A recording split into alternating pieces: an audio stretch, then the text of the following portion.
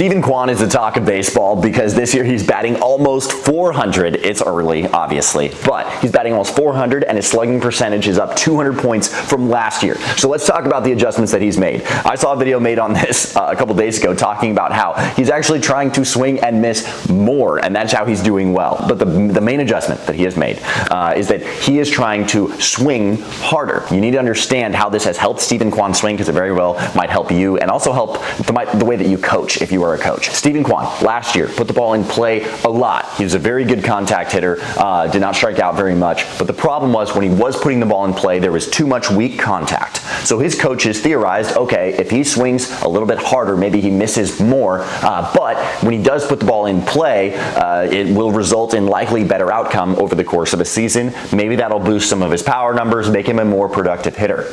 Surprisingly enough, you get to this season, and that has resulted in actually, instead of swinging and missing more, by swinging harder, Steven Kwan has been putting the ball in play more often. He's actually striking out less, and his power numbers are way up from last year.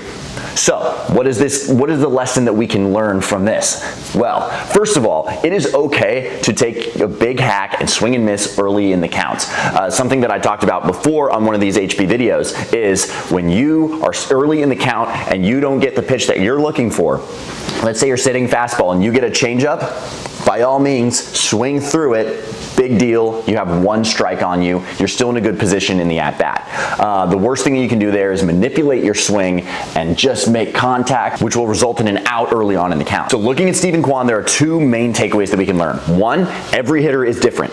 Stop putting players in boxes and telling the entire team, every single hitter, the same thing is going to work. It's simply not. Every single player needs to be taught in a different way, and that's where we as coaches and as players studying our own swing need to watch carefully to our tendencies and then respond creatively. Coaching is often more of an art than a science, and that every player is different, and you need to figure out a way to specialize and tailor your coaching to each player. What Steven Kwan needed to hear is probably the exact opposite of what Giancarlo Stanton or Aaron Judge needed to hear over the past few years. So the takeaway from this is not to tell every single hitter, hey, try to swing harder, you're going to do what Steven Kwan did. That might not be the case. Watch carefully and be creative with how you coach each player. Now, one more thing, learn your percentage. Every single hitter seems to have a percentage of effort that they operate best at. I've heard a lot of hitters talk about how swinging at 85% is their money spot. If they're trying to swing 100% in the game, then a lot of times they'll miss, their swing will get too big, it'll get too long, and it doesn't work out well for them.